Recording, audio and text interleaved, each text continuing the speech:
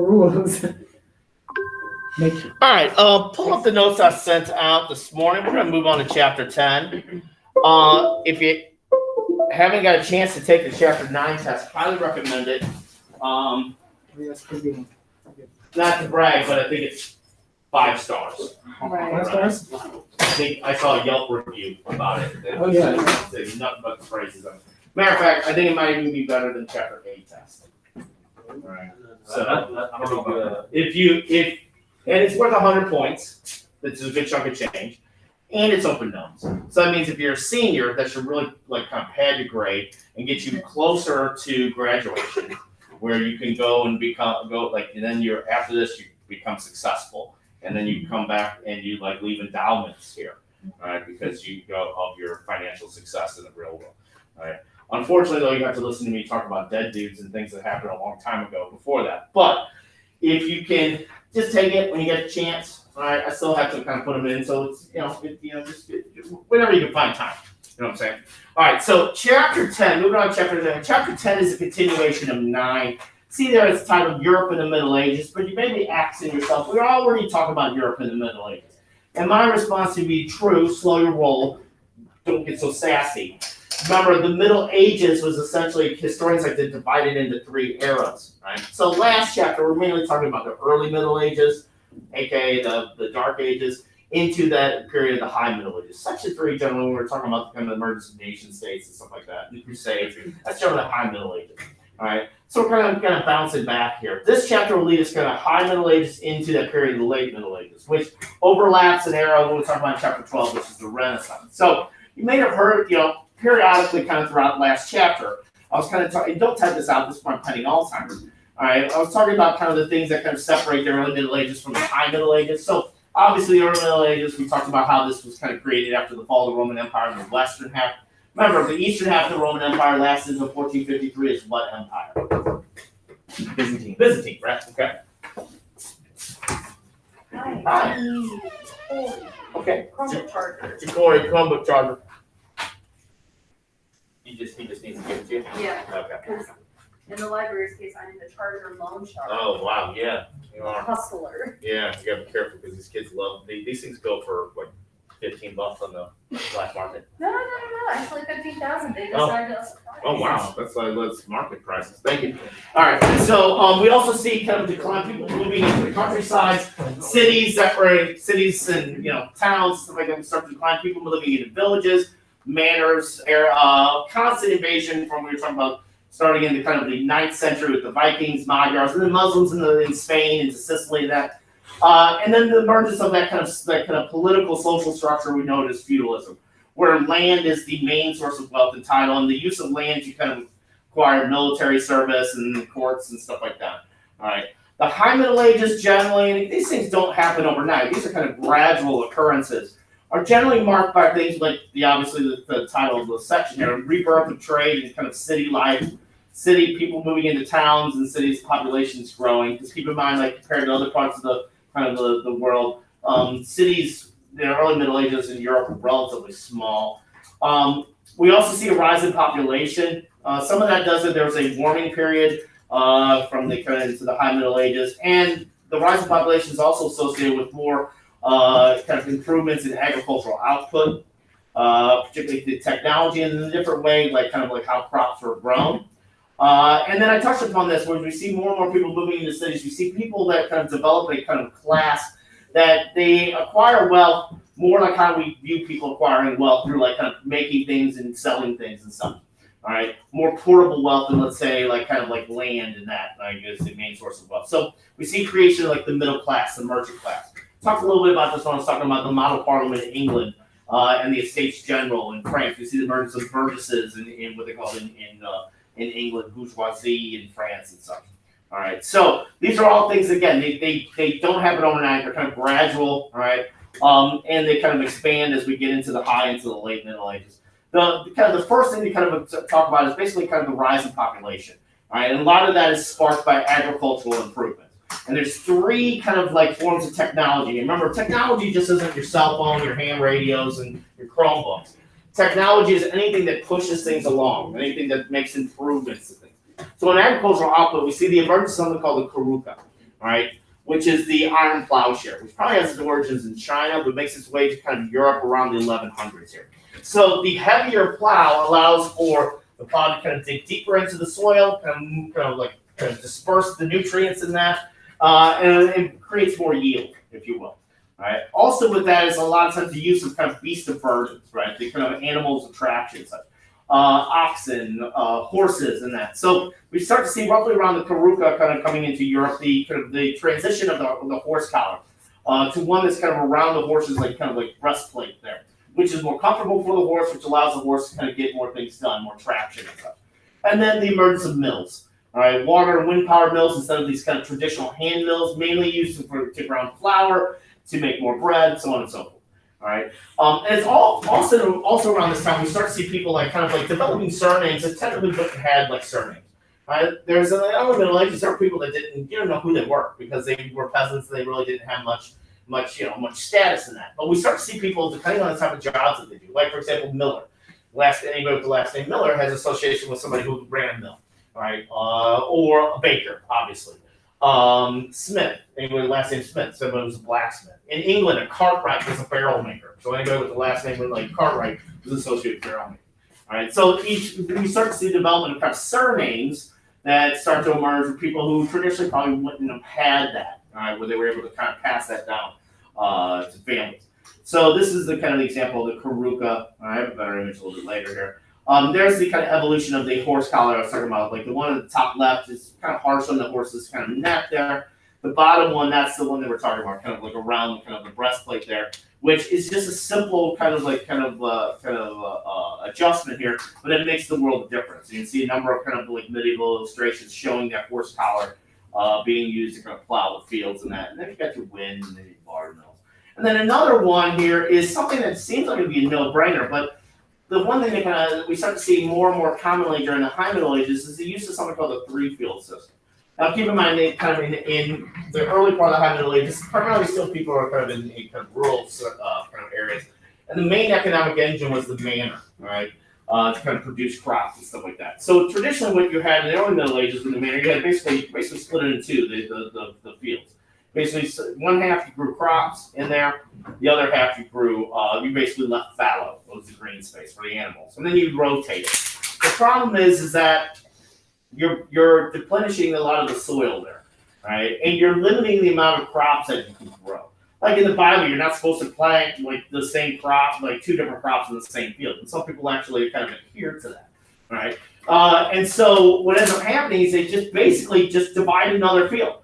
All right, they take the area, they just basically kind of divide it, where it's essentially you got one area you could grow one crop, another crop, and then leave fallow. All right, and so this is going to basically kind of improve more yield, also diversify diets and such. Like I said, it's pretty simple. All right, so you look at the one field, you got wheat, one field you got barley, the other one you have fallow. All right, and then the next season you just rotate that. Right, and so that's able to just kind of keep the field with the nutrients, because you're not supposed to plant this like over and over the same like kind of crop in that same field. You want to try to diversify it a little bit. All right, so in the High Middle Ages, we start to see this more common in kind of rural kind of agricultural societies there, like And so the kind of main economic engine here is the manor in the kind of the concept of feudalism. So when we talk about feudalism, feudalism is really the kind of like the relationship between lord and vassal, and the kind of the responsibilities that each have to each other, and that, with the use of land as being the kind of main source of wealth and title, right? The economic concept of where the farming occurs in that is what we call manoralism. That's the manor. In France, they call it seigneurialism. Right. Now, the group that is essentially kind of basically kind of running this, kind of making the engine go, is the largest classification of people in that kind of that stratus of feudalism. That's the serfs.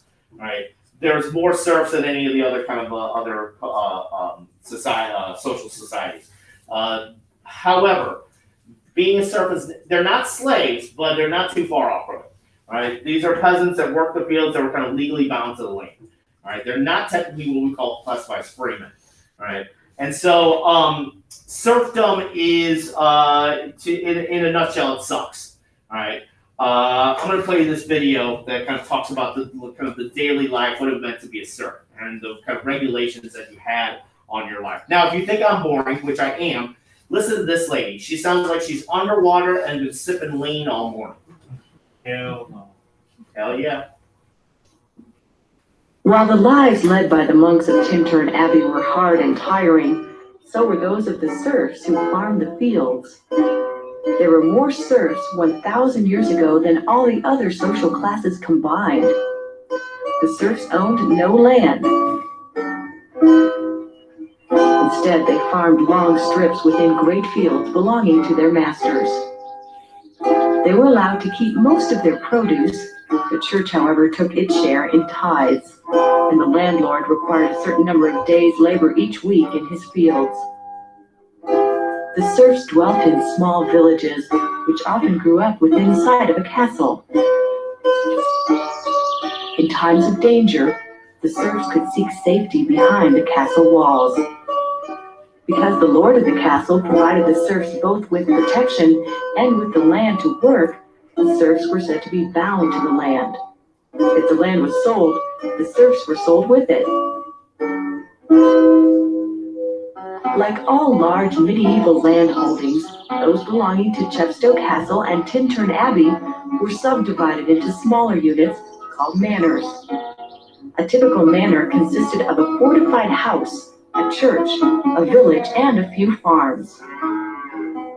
The lord of the manor could be a knight, son, brother, or uncle of the lord of the castle.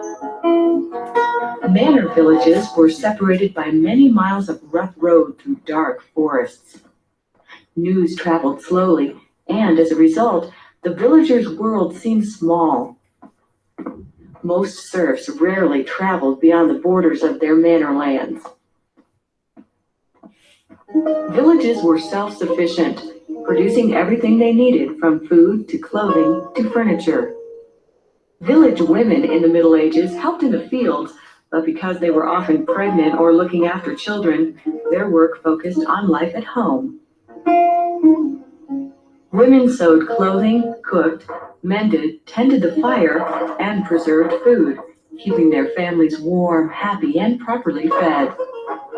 The main work of the village men was raising grain. It's not surprising, therefore, that most manors possessed their own mills for making flour. The laws governing the milling of grain are typical of a way a serf's life was regulated by the customs of the manor. A serf was required to pay to have his grain turned into flour at the lord's mill. Serfs caught grinding grain with their own hand mills were fined and their mills were destroyed. Serfs had to take their flour to the baker to be made into bread.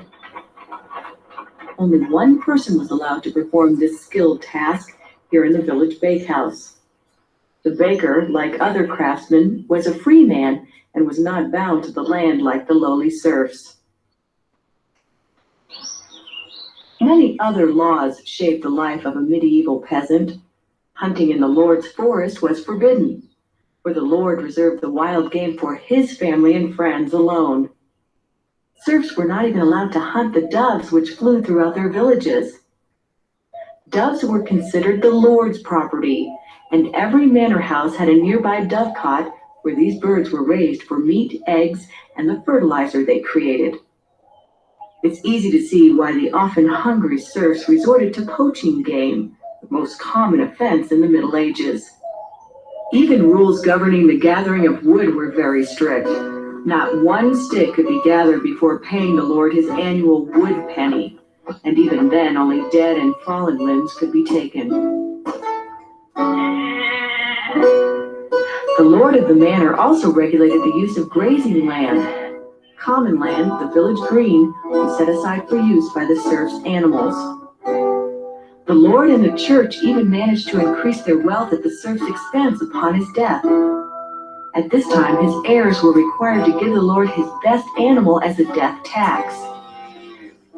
And the church took his second best animal as a death gift, called a mortuary. Life on the medieval manor was not easy, but most serfs did not question their roles in society. There were pleasant times like Christmas when they received gifts from the Lord, and they were given feasts at harvest times. Medieval villagers, although very poor, also found pleasure in their families and friends. The church taught that poverty itself was noble, and no doubt most of them believed that the suffering they endured on earth would earn them a special place in heaven. So, in a nutshell, it sucked. All right.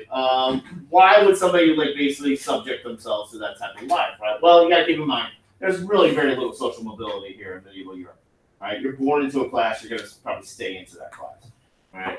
Also, too, this kind of like provided some type of security in the background. And this is from an illustration from a book called The Book of Hours, which was produced in France, which is basically like a calendar, basically telling you like it's kind of like determining when planting and harvesting was done. But you see the three-field system there. But in the background there, you see the castle. All right, the castle kind of served as a kind of a place of security. So when the concept of feudalism was developed, you see like kind of like Viking raids and stuff like that. This kind of provided security. Over time, it kind of somewhat becomes this kind of authoritarian, almost kind of concept of just like exploitive labor to a certain degree. Right, and so again, they're not slaves, but they're not free by any means. All right, they're relegated to their world is relatively small. Right now, with the emergence of cities, though, we do find some people kind of leaving the countryside and going to cities, and that kind of creates a little bit of social mobility. So, with these larger populations, like I said, about between 1,000 and 1,150 here, the population jumped about 30 million to 42 million throughout the kind of European continent. All right, so some people are leaving the countryside and settling into cities. And eventually we start to see the development of a class that we know by multiple names. Like I said, burghers is kind of the term for those who live within walled towns. A walled town is just simply a burg. Now this is more common used in places like the Holy Roman Empire in Germany. Like I said, in England they call them burgesses. In France, those are referred to as bourgeoisie. As time goes on throughout the High Middle Ages, these are the merchants. This is the development of kind of the middle class. All right, and these are people that kings and emperors are going to use to counterweight the influence of the traditional noble class and the kind of the clergy. All right, like I said, the establishment of the model parliament in England by Edward I and the Estates General by Philip IV is a prime example of that. All right, and these are the people that are going to basically kind of create portable wealth. All right, their wealth isn't necessarily how much land they own, but how much they own. All right, and so this becomes kind of a kind of class that inserted into feudalism doesn't really fit the kind of traditional kind of land-based economy, land-based kind of social stratus, if you will. All right, and so here's an example of Florence as a kind of the wall. I want to show you kind of like a typical kind of walled city like this. Probably the most famous section that's left is like right here on the Arno. This section right here. Now the walls obviously are for protection, right? But that protection wasn't just from like outsiders. It could be protection from your kind of noble, because a lot of times a number of these nobles would turn on these cities because these cities were somewhat of a threat to their authority to a certain extent. All right. We also see the influx of kind of Jewish communities during the High Middle Ages. And Jews were they had to be basically invited into or get a special an agreement from either a noble or a bishop to live within a certain city or realm there. All right. Now, in many cases, Jews were, because of their kind of their religious nature, they were excluded from certain industries. So they tended to fall into the kind of these industries that tended to be based on like essentially kind of like the exchange of money. Banking, right? Like I said, at one point the Catholic Church stated that no Christian could make money off of money, right? Like interest in that. However, nobles still needed loans. Nobles still needed kings needed loans and stuff like that. So they kind of fell into that kind of position. Unfortunately, in times of economic downturn and that, they tend to be turned upon because they're relatively an easy target. They were not allowed to live anywhere they wanted to. They had to live within certain areas. Like I said, in Italy, the area that the Jews lived within was called the ghetto. That's where we get that term from. In like German-speaking parts of Judenplatz. So at times when there's economic downturn or things like the Black Death and stuff like that, they're an easy target because they're relatively kind of relegated to kind of one area of the city or the town, and they're relatively small. So they tend to move around a lot. So like when we talk about the kind of the you guys U.S. history last year, you guys talked about the Holocaust. Whereas Adolf Hitler and the Nazis had Jews kind of wear that identifiable Star of David symbol. That wasn't something that Hitler created. That had been done in Italy before. One of the popes had issued that. And in Germany and France, they would wear these, they called it Judenhats, which was a hat that kind of had a little point to it. Almost like kind of a little bowling pin. So you have these identifying factors for them. in cases like in England and France, they kicked Jews out. When Philip IV kicked the Jews out because he owed a lot of money to Jewish moneylenders. Unfortunately, the economy hit kind of bottomed out. He had to kind of invite them back, so he had to kind of eat crow, if you will. All right. So this, while we have kind of Jews are invited into certain areas in Lebanon and kind of Eastern Europe, this does start the kind of pattern of anti-Semitism that we'll see the crescendo with kind of in the Holocaust. Also, too, we start to see kind of like we talked about the Crusades kind of created this kind of network of trade. We do start to see major trade routes in southern and northern Europe. The southern route, the Mediterranean route, tended to be dominated by Italian city-states. All right, particularly the two big ones during the High Middle Ages initially were Venice and Genoa. All right, and so they were the ones controlled. Like for example, the Fourth Crusade, in which the Constantinople was sacked and basically for about 57 years was controlled by Venetians. That was mainly to control the trade routes coming from the east there. All right, so particularly you get goods like spices were a big thing. All right, so you would have a lot of these kind of Italian merchants that would basically transport pilgrims to the New World, or to the Holy Land, I should say, and then they would return with kind of returning pilgrims as well as like goods like spices. Once Europeans got access to spices, things as crazy as pepper and stuff like that, there's no turning back. Once their bland boiled meat diet was basically enhanced with spices, there's going to be a kind of a market there. And a lot of that wealth that kind of funnels its way through Italy is going to also kind of play a contributing role in the Renaissance. Right. In Northern Europe, in the areas like southern kind of England, northern France, and kind of the Holy Roman Empire, there's an interesting cartel that's developed called the Hanseatic League. This is made up of mainly German merchant cities and German merchants in like kind of non-German cities that come to dominate the kind of trade of various things, from everything from like written books to salted cod to beer and all this stuff. They were the Hanseatic League determined the price in many cases. They were kind of like I said, like OPEC is today. The OPEC determines the price of oil that's out in the marketplace and stuff. The Hanseatic League was so kind of like powerful at one point it had its own navy. It only was disbanded when the King of Denmark took them on. But they had a unique kind of position within Germany, within the Holy Roman Empire. They were kind of many of the cities were labeled imperial free cities, so the only answer to the Holy Roman Emperor. So like the various kind of like Hanseatic cities, like you got like Hamburg in Germany, Lubeck, Bremen, Krakow in Poland. Then you even have some of their like non-German cities, but they have a sizable German merchant population living there, like London, Bruges, and what is Belgium, Bergen in Norway, specialized in salted cod, and Novgorod in Russia. All right, and so a lot of times you would see these. There's some like in Lubeck here. This is a prime example of these Hansas, these homes, these merchant homes. They all kind of like almost looks like they're kind of weaving together, if you will. All right, and this is a cantor. This is the port in Krakow in Poland, where a Hansa merchant would basically the goods would be unloaded, and they'd count out the goods and stuff like that. So they had a hand in a lot of the trade that was in Northern Europe here. All right. And so this made them pretty powerful, right? And so this is kind of a unique kind of status within the kind of the Middle Ages here.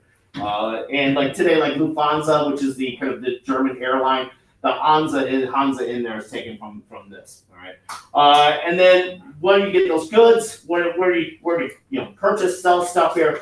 Generally, in the High Middle Ages, we start to see the development of trade fairs. You had two types of trade fairs. One was a local trade fair, which was kind of like your farmer's market to a certain extent, your swap meet or whatever, flea market. This is where you got kind of local, things that you needed for your everyday life. A lot of food. They tend to be more localized products and stuff like that, cloth and things of that nature. Things that would kind of get you through the week, kind of like going to the grocery store or something like that, but in an outside market area. And still, in a lot of European cities, you'll still see these areas kind of designated for these market areas, so they still have that where you can get things that you can use for your everyday life. All right, so these were the ones that were kind of the common ones, and within the cities, you would have designated market areas for here. And this is very similar to how we talked about the Romans and the Greeks on the agoras and the forums and stuff like that. You also get an exchange of ideas and things of that nature. All right, so this is kind of an illustration of what maybe a kind of a local kind of fair looked like. And then the bigger ones were called great trade fairs. These were generally quarterly, so like 4 times a year. These attracted people from all over Europe, and so the primarily with the great trade fairs, they were more kind of exotic goods that you couldn't find in your local area. All right, things such as like Russian honey, Byzantine perfume, Spanish wine, like, obviously a lot of spices and stuff like that. All right, so this would be kind of like, if you ever been to like a Renaissance fair, this is like, Renaissance fairs are kind of basically a great trade fair, if you will. So they refer to them as Renaissance fairs because it sounds a little bit nicer, I guess. But in reality, this is kind of what they were. All right, so these were the kind of the specialized ones, and if you don't, not everybody can afford the items that were here because some of them can be rather expensive, particularly. But if you could, you got some things that you weren't usually kind of privy to. All right, so these are the things that are going to spark the trade, and with this trade, people are coming to cities. They're kind of like coming from the countryside, and sometimes people are staying in these cities. All right, and then we see the emergence of kind of like people who are making and selling things, trying to monetize on that. All right, and so within this, we start to see the development of guilds, which are associations within the same occupation. There's two types of guilds that start to emerge here in the High Middle Ages. One's the merchant guilds, and these are the ones that kind of control trades of certain items that aren't always produced like locally in that, but they can parlay some of their wealth into kind of political powers. So like in a lot of Italian city-states, they're kind of governing, they were like republics, right, where they would elect officials and stuff like that. Many of them were coming from the guilds, like the Medici in Florence, who sparked the Renaissance. They were prominent within the cloth guild, played a big role in kind of Florentine society. Those are more, the merchant guilds are kind of almost like the chambers of commerce. And then you have crafts guilds. Those are the people who make things with their hands and stuff like that. Those are like labor unions to a certain extent. All right. So those are the two types of guilds that you see kind of emerge here. Unfortunately, for a lot of Jewish communities, they were kind of excluded from a lot of these guilds. That's why they kind of fell into certain kind of industries that were associated with kind of money lending and stuff like that. All right. Now, why join a guild? Particularly when it comes to, let's say a crafts guild. Right. One that, like for the consumer, it enforces quality standards. All right. So if you're kind of a member of a guild, you know you're selling a quality product because it's been inspected in that. It provides insurance for its members. Now, not necessarily like we have like health insurance or whatever like here, but particularly when it came to somebody when somebody died. Like a member of the guild died and they paid their dues and stuff like that. Usually the guild would handle all the kind of all the things necessary to bury someone, which could be somewhat intimidating. And then training. All right, this allowed for people who this is the closest we get to kind of like a social kind of like climb and status. A lot of labor unions still use some of these ideas that date back to the guild. So like usually like you start out as an apprentice, which can be as young as 8 years old, kind of living and working with the master craftsman and that kind of being kind of glorified errand boy. Then you'd work your way up to a journeyman where you could work for the master craftsman, which could also like kind of like it says journey, like travel around kind of making stuff. And then ultimately your goal is to be a master craftsman where you own your own shop and you can monetize on that. To become a master craftsman, the guild would make a item, let's say your barrel maker, and they would inspect that and make sure it was of the highest quality standards. And then you would get outside your shop like a heraldry, like your kind of coat of arms that's associated with the guild. All right, and also too, this prevented for people from undercutting each other in prices. They would kind of establish kind of like standard prices for items to allow people to make a living, for the most part. All right, so a lot of our labor unions still use these ideas that come from kind of craft skills. And so these, like particularly, these are kind of this is a new status within kind of like these kind of this feudal society that doesn't quite fit into the traditional feudal system, if you will. All right. With all this kind of in front, with the cities kind of emerging here, we also find a little bit of kind of tension between nobles and cities.